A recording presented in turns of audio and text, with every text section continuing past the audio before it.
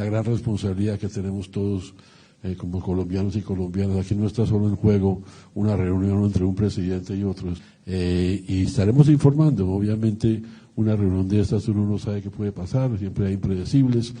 Impredecible, esa palabra que usa el embajador David García Peña la vamos a oír recurrentemente durante este episodio, en el que por hoy vamos a cambiar nuestra clave musical.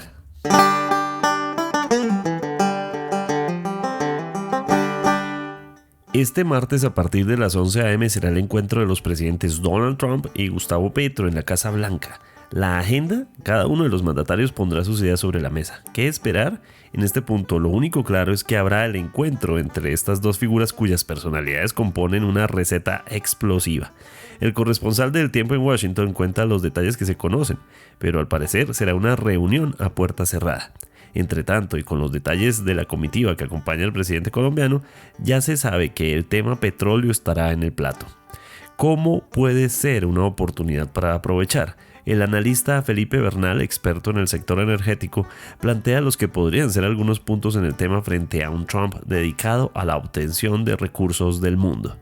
Transición energética, seguridad energética y geopolítica involucrada en todo el mapa. Lo que no se sabe es hasta dónde llegará el diálogo sobre Nicolás Maduro. Hoy es martes 3 de febrero. Mi nombre es Carlos Solano y este es el café de hoy del Tiempo.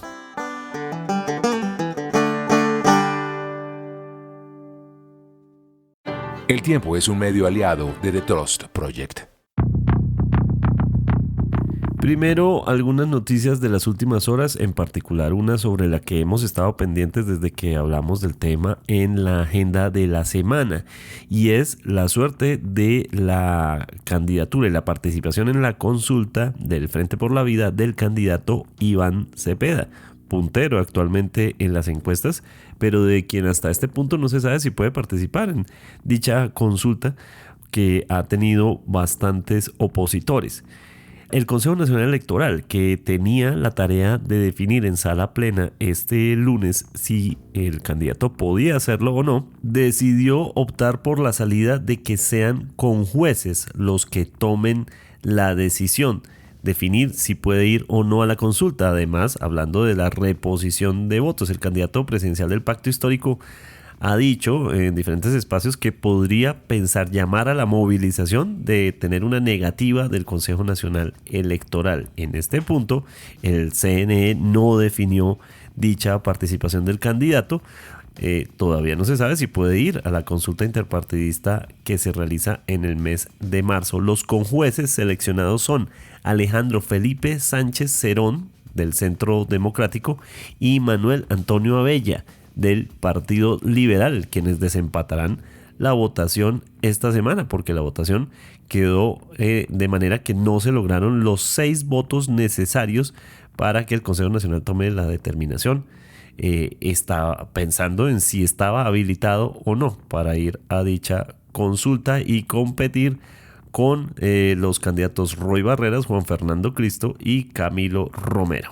Hay que decir que en el Consejo Nacional Electoral sí hubo una votación, pero repetimos, no llegó a los 6 votos suficientes. Quedó 4 a favor del candidato Cepeda y 5 en contra de que participe en dicha consulta.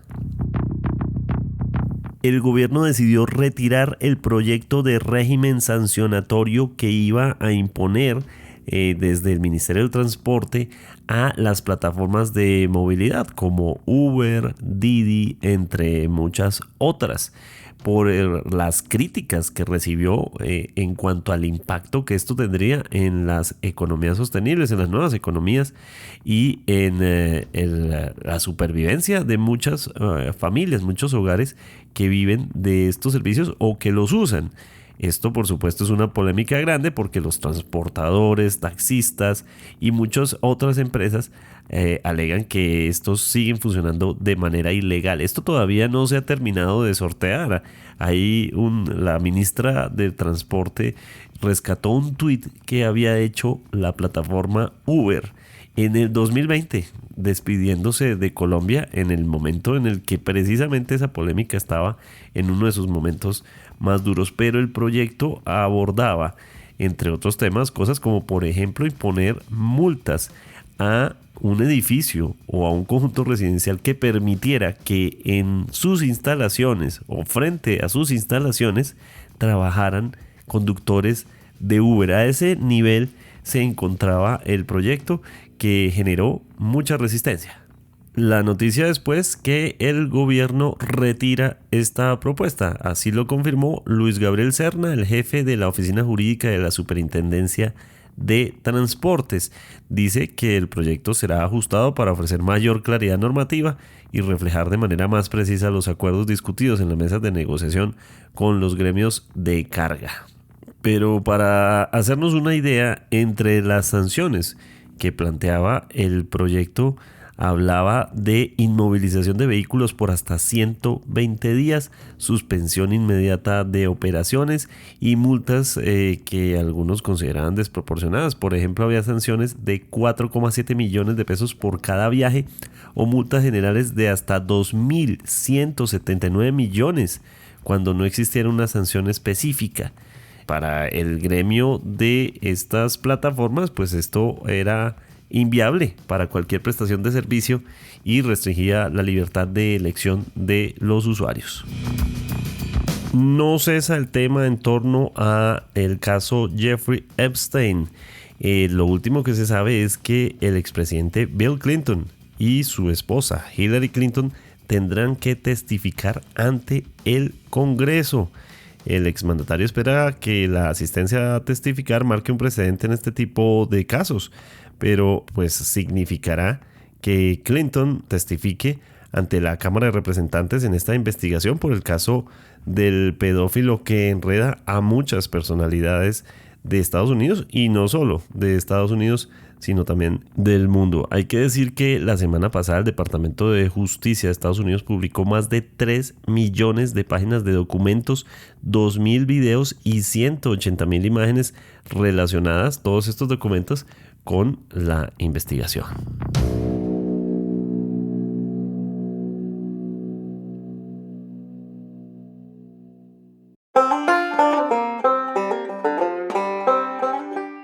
Llegó finalmente el día de la cumbre con Donald Trump, la invitación que hizo el mandatario después de esa llamada telefónica que logró apaciguar las aguas durante un tiempo. De hecho, Donald Trump dijo en declaraciones este lunes a medios que lo consultaron sobre el encuentro con el presidente Petro que su tono ha cambiado mucho y que ve positiva la forma en que se ha referido a las posibilidades que tienen en este diálogo desde que hubo esa llamada.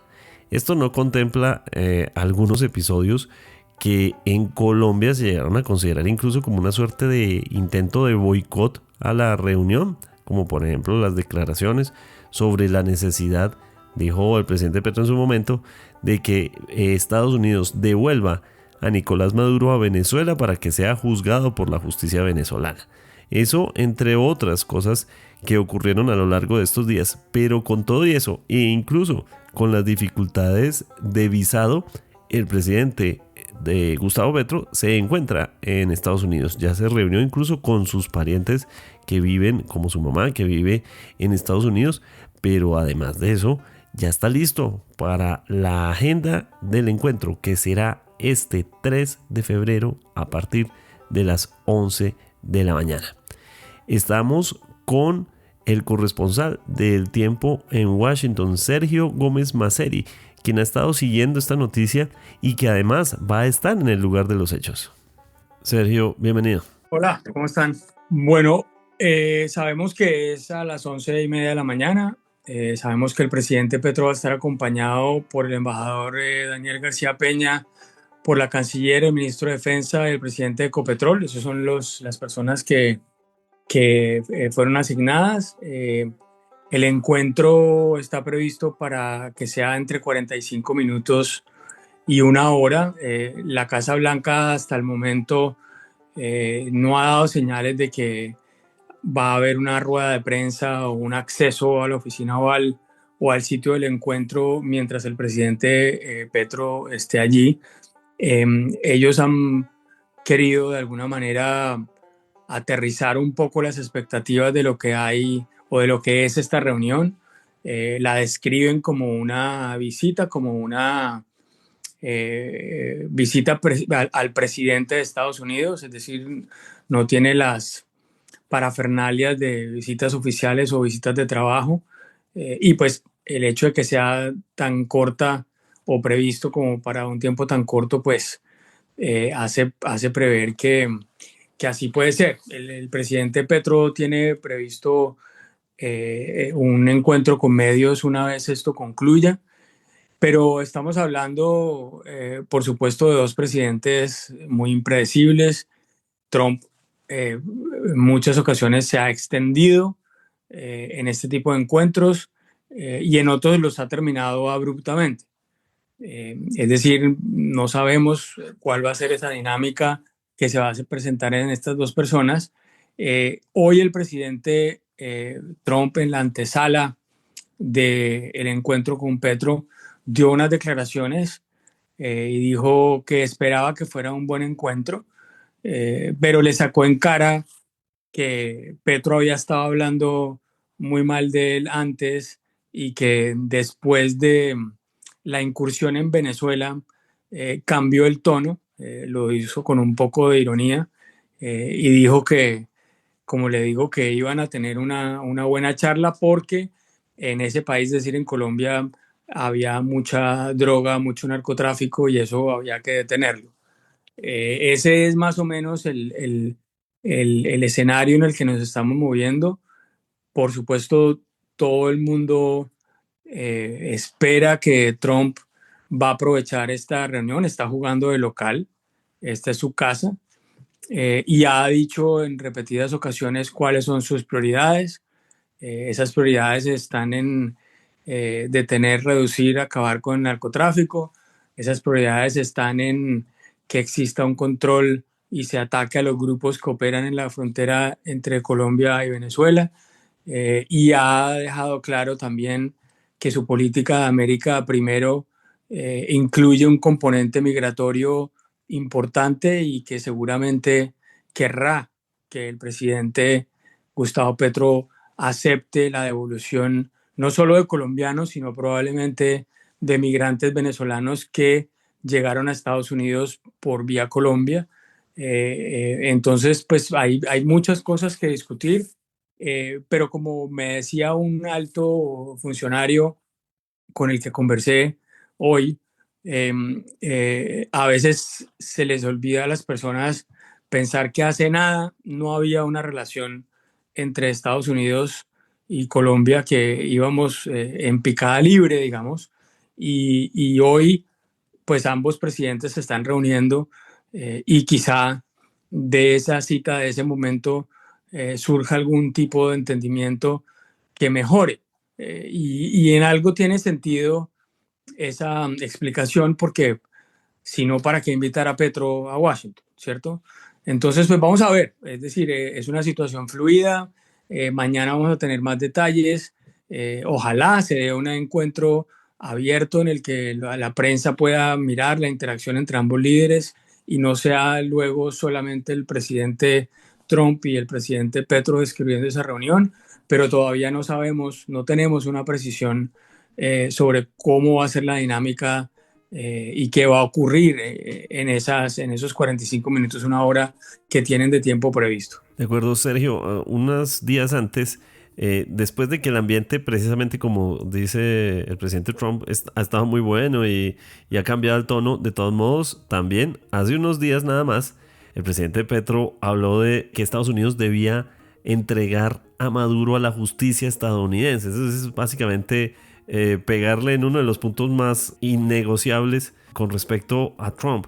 E incluso el senador Rick Scott no bajó al presidente Petro cuando le consultaron sobre esto de un narcoterrorista. Es decir, el ambiente sobre ese tema Maduro está sobre la mesa o eso está vetado. O por supuesto que está sobre la mesa y por supuesto creo que es un tema que va a ser tratado.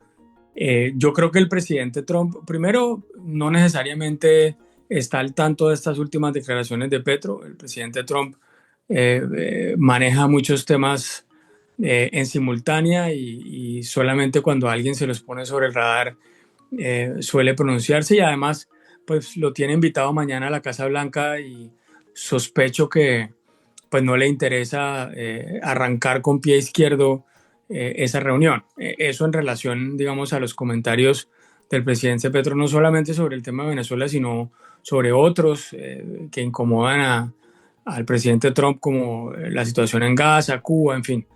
Entonces, pues Venezuela, como usted diría, por supuesto que es ahí. El tema es que encuentra tanto el presidente Petro como el presidente Trump, que son puntos de convergencia en el que puedan estar en la misma página frente al tema de Venezuela. Y uno pensaría que evidentemente ahí hay intereses comunes. Ahí es una zona de frontera en donde operan grupos criminales en Colombia que reciben cobijo en Venezuela. Es una zona en donde hay tráfico de cocaína, que es lo que el presidente Trump quiere detener. Es una zona por donde pasan migrantes hacia Colombia y que tiene un factor de desestabilización en caso de que la situación de Venezuela se deteriore, o en reverso, de que vuelvan a Venezuela por vía Colombia migrantes si la situación en Venezuela mejora. Entonces, pues pensaría uno que hay coincidencias, hay puntos de encuentro que podrían ayudar a que esta reunión no sea lo que algunos predicen, una que no contribuya a mejorar la relación, sino por el contrario la deteriore aún más. Hablaba usted de lo impredecible de las dos figuras que son Trump y Petro, y tenemos todavía ese recuerdo de esa reunión ante medios del presidente Trump con Volodymyr Zelensky y con J.D. Vance, en el que básicamente todos los medios, todas las cámaras, en todos los televisores vimos cómo en casa del presidente Trump lo retaban, y había toda una especie de puja ahí de opiniones. ¿Esto podría pasar en algún escenario? Es decir, que pudiese tener la vitrina el presidente Petro, por ejemplo, para salir con una afirmación como provocadora como las de él. Pues Carlos, si algo ha mostrado Trump en este año, y es algo que han experimentado muchos líderes, no solo Zelensky, cuando han visitado la Casa Blanca, es que el presidente Trump por lo general utiliza este tipo de encuentros para mover lo que a su juicio son sus intereses de seguridad nacional o intereses estratégicos o comerciales. Lo vimos con el presidente de Sudáfrica, pero también lo hemos visto con países más cercanos como Canadá, como países europeos. En el caso de Petro no creo que haya una distinción o un trato preferencial, y mucho va a depender de la dinámica que se dé en la reunión privada entre ambos antes, y sobre todo en que esté dispuesto el presidente Petro también a aceptar. Es decir, si hay acuerdos con los que se puede comprometer, si hay temas concretos en los que puede prometer algún tipo de acción.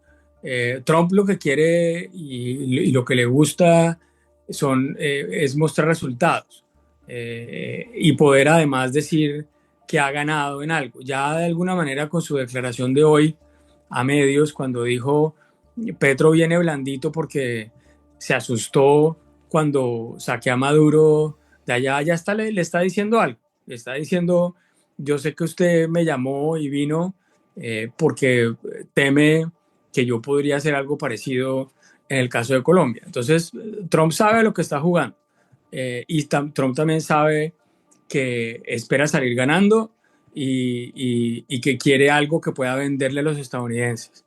La pregunta, como usted dice, es si Petro, obviamente hablando a través de un intérprete, va a morder el anzuelo, digamos, y entrar en una especie de confrontación con Trump en un escenario como este, pero como le digo, ni siquiera sabemos si va a haber ese escenario público. Eso va a ser lo más interesante de todo. Si hay ese escenario público, ahí hay solo dos caminos, o un camino en el que Trump se siente contento con lo que acordaron internamente y dice que Petro es un presidente con el que se puede dialogar y han llegado a unos acuerdos muy importantes para ambos países, o si no logró lo que quiso, que utilice ese espacio para hacer una especie de emboscada similar a la que le hicieron a Zelensky. Pero si no hay ese encuentro entre ambos, si no se da esa rueda de prensa o este encuentro con medios que entran al final de la reunión o al comienzo de la reunión, pues no vamos a saber sino hasta cuando hablemos con los funcionarios en realidad cómo fue la dinámica interna.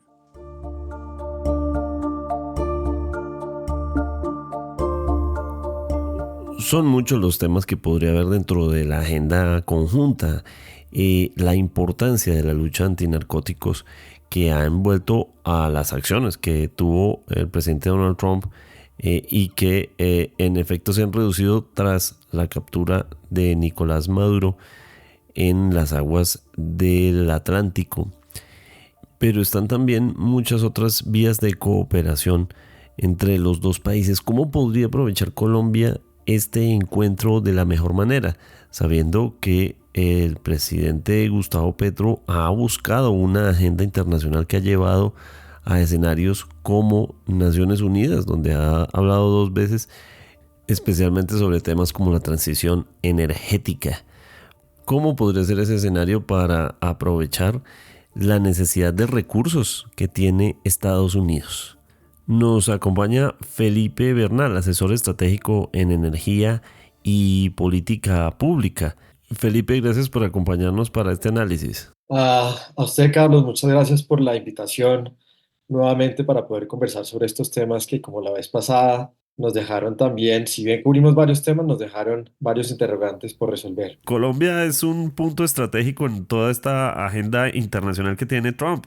Venezuela ha sido el run run de este internacional, además de Groenlandia, por supuesto, de este 2026. Y Colombia está ahí, en el barrio. ¿Qué puede significar esa relación Colombia-Estados Unidos justo en este momento con toda la situación con Venezuela y con todos los intereses que puede haber allí? De acuerdo, pues yo creo que vale la pena resaltar lo que conversamos en ese episodio pasado también para decirle a la audiencia que tal vez le eche un ojo a ese episodio que hicimos sobre el petróleo en Venezuela, donde hablábamos del contexto en el que se da esta reunión en la Casa Blanca entre Petro y Trump. Ahí hablábamos de que se presenta en este momento una guerra fría ecológica, hablábamos de un tema de pugna entre petroestados y electroestados, un orden mundial fragmentado en esferas de influencia. Y un poco ese es el contexto en el que se da esta reunión donde, como bien sabemos también por las movidas que ha tenido Estados Unidos y las declaraciones que ha hecho en foros internacionales, no queda duda que la diplomacia es más transaccional que nunca. Algunos pensarán que siempre ha sido transaccional, pero yo siempre he pensado de alguna manera que nunca ha sido neutral en valores. Siempre ha habido un ingrediente moral que cada vez se diluye más en el discurso político por parte de Estados Unidos. Entonces, entrando a esta relación entre Colombia y Estados Unidos, si depende o no de un tono político o más de unos intereses estructurales, definitivamente, Carlos, se trata más de una relación donde lo transaccional, lo económico, el beneficio y también los compromisos de seguridad van a estar por encima de cualquier tono político, de cualquier ideología, incluso de cualquier enfrenta en narrativa que presente el presidente Petro, como ya lo ha hecho en ocasiones anteriores. 2 líderes muy particulares con puntos de vista muy opuestos en algunos casos. ¿Qué tanto puede pasar ahí? Yo creo que el mundo en esta reunión se va a dar cuenta de algo muy interesante. No solo los colombianos estamos pendientes, yo creo que el mundo en general, porque es una reunión donde confluyen 2 personas absolutamente opuestas en cómo gestionan o administran un Estado. Están en los bandos opuestos, pero ¿qué es lo que los termina reuniendo? Justamente esos intereses que no están asociados con su ideología al final, sino donde el componente transaccional, reitero, es lo que se transa en la mesa. Basado en esto, el margen existe, pero es más estrecho de lo que sugiere la misma retórica de Petro. Petro puede divergir en enfoque, por ejemplo, en política antidrogas, transición energética, relación con Venezuela. Vimos que está solicitando a Díaz casi que el regreso de Maduro para que sea juzgado en tribunales latinoamericanos. Eso entra dentro del juego democrático. Lo que no puede hacer es romper los pilares estructurales sin asumir costos económicos, financieros y diplomáticos relevantes. Ya sabemos que el comercio internacional en el caso de Trump, del presidente Trump, eh, él no es un abanderado de libre comercio, ni mucho menos, por el contrario, ha utilizado las herramientas comerciales como medidas pues, coercitivas en términos económicos para eh, estimular comportamientos que él quiere promover en la región y a nivel internacional. Colombia sigue teniendo, en todo caso, a Estados Unidos como principal socio comercial, como mayor origen de inversión y como actor clave de seguridad. Por eso, el margen, que si bien existe, es estrecho, no es infinito, y la divergencia sostenible es la que se negocia. La que se impone es la que se va a cobrar. Hemos visto esas publicaciones como la de New Yorker con esa caricatura de Donald Trump bebiendo un inmenso barril de petróleo, saciándose con él. Y el presidente Petro insiste en su transición energética. A Trump sumarle su búsqueda de recursos minerales en países como Groenlandia. ¿Puede haber puntos de encuentro en estas dos posiciones?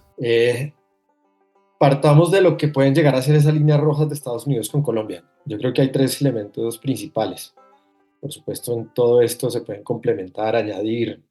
Algunas personas también eventualmente podrán diferir, pero el primero es un tema de seguridad y narcotráfico. Estados Unidos no acepta definitivamente retrocesos en cooperación ni señales de tolerancia a economías ilícitas transnacionales y como vemos ya las estructuras criminales en Colombia definitivamente tienen un componente transnacional.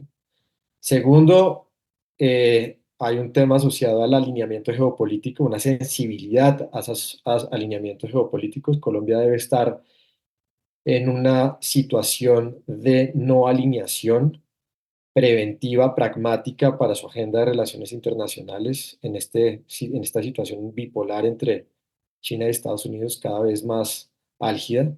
La transición que ignora la geopolítica termina subordinada a ella. Cualquier acercamiento que Estados Unidos lea como funcional o de ventaja a actores que desafían su influencia en la región, sea Venezuela, Irán, Rusia o China, en sectores críticos, activa alertas inmediatas. Eso ya lo hemos visto. Por eso hablo también en un artículo que escribí recientemente que en esa reunión posiblemente se dé un desacoplamiento o por lo menos se solicite un congelamiento de los acuerdos y negociaciones bajo la ruta de la seda.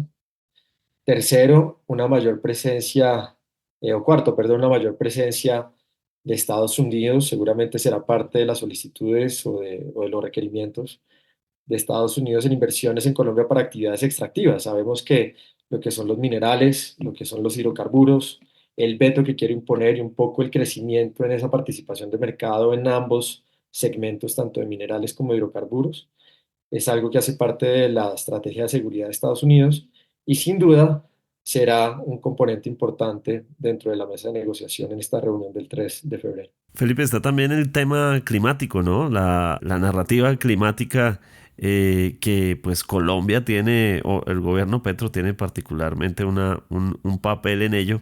Y pues Estados Unidos, Donald Trump siempre ha tenido una postura también muy crítica sobre el asunto.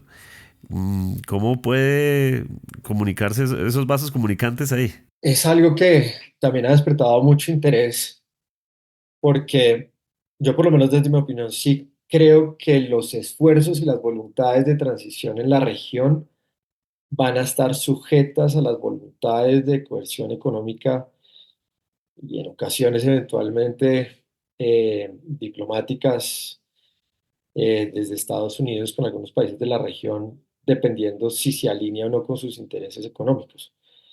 Eh, Aquí definitivamente sabemos que en esta pugna internacional entre electroestados y petroestados, donde el principal electroestado es China y el principal petroestado se constituye como Estados Unidos, el acceso nuevamente a las tecnologías y el componente de mayor de mayor control sobre cadenas de suministro y de no otorgar ventaja económica a China, en este caso sobre las renovables, pues definitivamente va a jugar un rol bastante relevante en qué tanto veto va a generar o a imponer Estados Unidos a los países en la región para acceder a estas tecnologías, para acceder a estas ventajas que ofrece las energías renovables en el país y consigo obviamente cumplir con las expectativas, las políticas y los planteamientos alrededor de la transición energética y la descarbonización en la región. Y bueno, también está el tema de seguridad energética, pero también,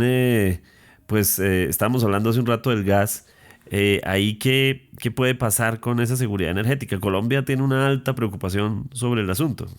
De acuerdo, hay una preocupación muy relevante. Hemos oído amenazas de apagones, amenazas de racionamientos. Incluso se han proyectado incrementos en el déficit de gas a 2027 y 2028 superiores pues al 25-30%. Entonces, yo creo que es un tema que Estados Unidos nuevamente, por lo menos en esa agenda y en esa conversación, va a ser, yo creo que muy categórico en términos de, no es, el problema realmente no es lo que Colombia diga, sino que lo que Colombia deje de producir. Y esto es importante porque nuevamente se alinea a esos intereses económicos de Estados Unidos. Cuando la seguridad entra por la puerta, la ideología sale por la ventana. Por ejemplo, lo que no se va a tolerar es la reducción de la oferta energética, lo que no se va a tolerar es aumentar dependencia externa, lo que no se va a tolerar es decisiones que afecten la estabilidad macroeconómica. Eso es lo que no va a tolerar Estados Unidos en el discurso climático del presidente Petro. Pero si dentro de esto hay una conciliación de intereses donde el despliegue de renovables y el despliegue de un portafolio de energías limpias a nivel nacional asegure, por un lado, la confiabilidad del sistema, reduzca emisiones y adicionalmente se garanticen los recursos para la inversión de la infraestructura requerida, donde se pueda reducir un poco la dependencia de los hidrocarburos a nivel nacional y donde ese déficit pueda ser cubierto con eventuales importaciones y producción nacional. Yo creo que ahí es donde puede haber un acuerdo entre las partes.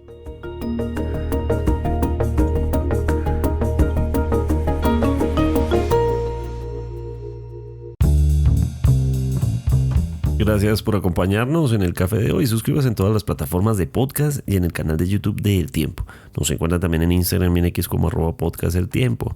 Además, si quieres recibir a través de WhatsApp la notificación de cada nuevo episodio, siga el enlace que se encuentra en la descripción o envíenos un mensaje con la palabra suscripción al teléfono 320-300-5327 y haga parte de la comunidad de El Café de Hoy. Mi nombre es Carlos Solano.